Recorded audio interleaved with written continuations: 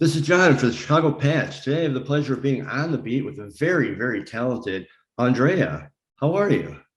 Hello, I'm doing great. It was really nice meeting you. It was funny. That was the first time I've ever been to Anime Magic, and I was blown away. I thought the convention was really interesting, really cool. But your booth attracted me first. I just thought your art, your creations were so cool. How did you get into that? So Anime Magic was my first con that I've ever boothed at Oh before. wow!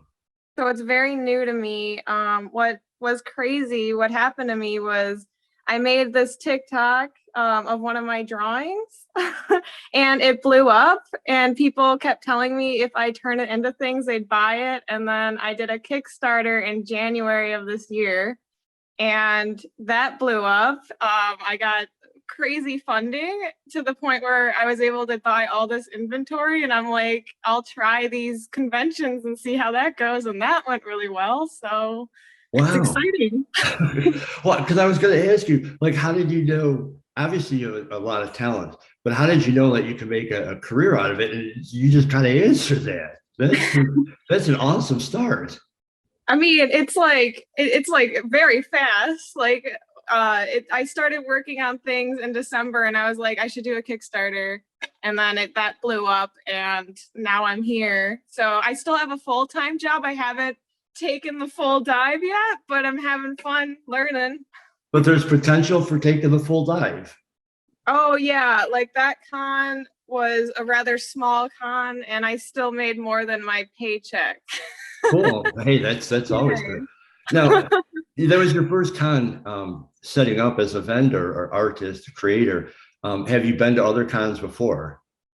Yeah, I used to go to anime cons. Like my stuff isn't very anime, but that was what I was more familiar with. I saw that there was a horror con going on at the same place, and I was like, Oh, oh, I didn't know about that. I should have gone to that one. yeah, I hit both. I was doing double duty that day. But so like what did you think of the con? Like just the con in general of you selling or offering your stuff.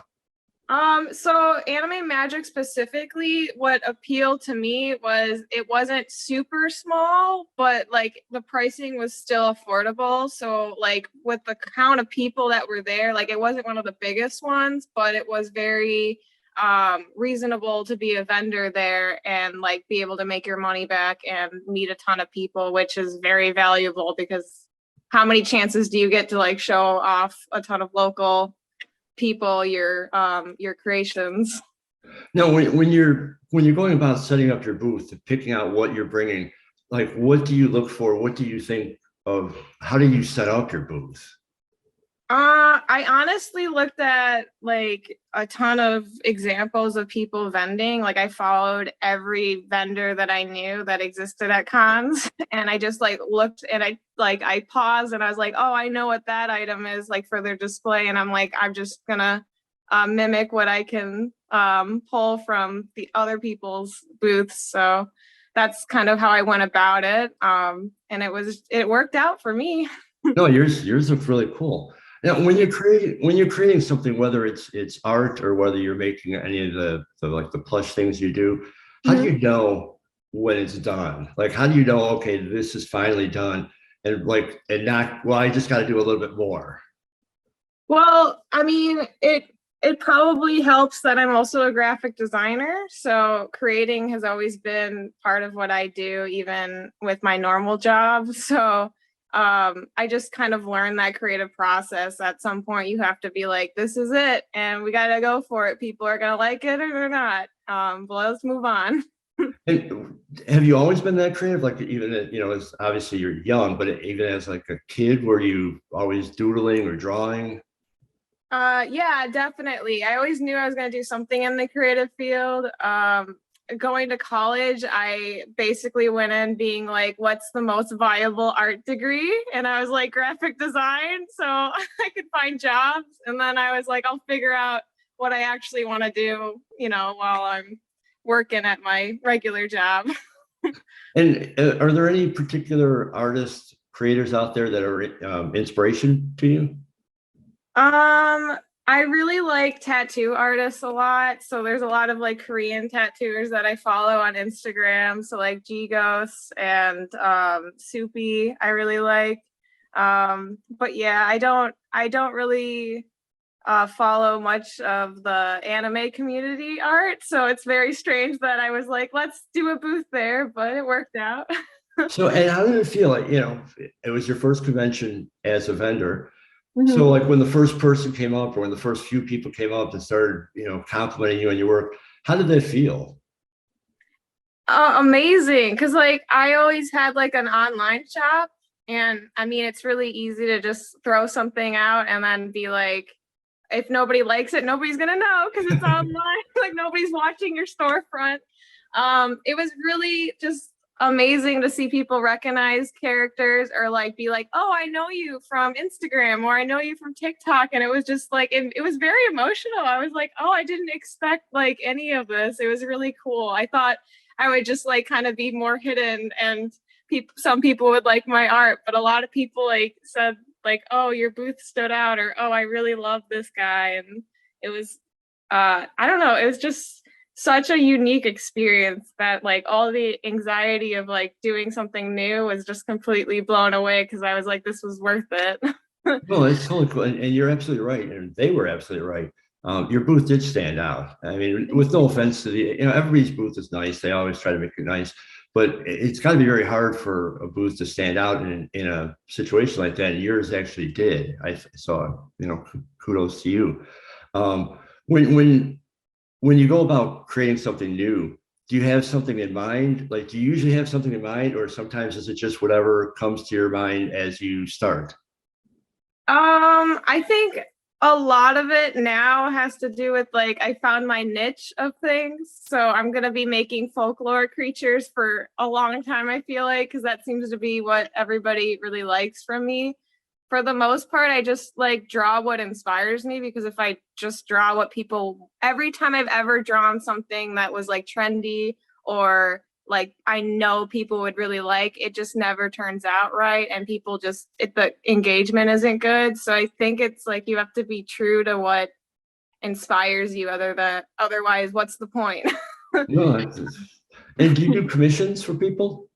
Not right now, only because I'm just too busy with my full-time job and trying to do this. So I'm really just doing things that like I'm inspired by and then just continuing making my characters. And will you be doing more conventions in the future?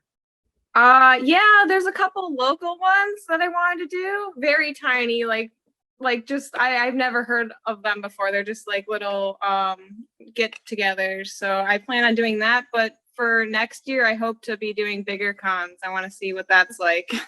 Oh, you would fit right in. I mean, I cover the convention scene, C2E2, Wizard World, or Fan Expo now. Obviously, the one, Anime Magic Flashback Weekend. Your stuff would fit right in there, and I know that people would love your work. When you're not working, when you're not creating, when you're not doing your job, what do you like to do to kind of get away from all that stuff? I don't know. I've been in such a like let's create mood for like this whole year. I haven't really, I mean, I do game a lot, but not recently. I've been making things. I got like a new printer. It's actually behind me. Okay. Um, that was funded by my Kickstarter, so I'm able to make like vinyl prints and stuff like that now. So I've just been in like I think that's also what's cool about this potential venture being worthwhile is because like I actually just enjoy doing it on my free time too. And like, what do your friends think? I mean, when they see you, you went from being, I don't know, lack of a better term, a regular person with a regular job, and now you're kind of venturing off into the convention scene. Like, what do they think about that? They think it's really, really cool. They've been very supportive. I mean, they've always been my number one fans. They're what encouraged me to go and do this. I think a lot of people don't understand how I'm able to work like a normal job and do all this and where the time is. And I don't really have an explanation. I'm just kind of like, this is just what I gotta do, you know? And I know you're from the Chicago area. Are there like, what's your go-to spot if somebody's coming in town and you want to take them someplace cool in Chicago? What would be your go-to spot? Actually, I'm new here. I Oh, moved after I graduated college. I was from Wisconsin. okay. So then what drew you to Chicago? More opportunities, honestly. Like Wisconsin, I just felt like it would be very hard to succeed there, and Illinois felt like I would be able to meet a ton more people and lots of job opportunities. So I was just instantly like, it's the closest and it's the easiest place to go. Well, obviously it's working for you, and I loved your booth. I love your work. That's why I wanted to talk to you. I want to learn more about you. Hope to see you at future conventions. Before I let you go, is there any place people could find you online? Anything you want to promote? Evkami.art on Instagram or just search Evkami. It like all my socials pop up. Well, Andrea, I really appreciate your time. I really appreciate your artwork. I wish you a lot of luck, and I hope to see you again at cons in the future, and we'll hook up and talk at future conventions. Thank you so much. Thank you very much, and I appreciate your time. Have a good day. You too. Thanks.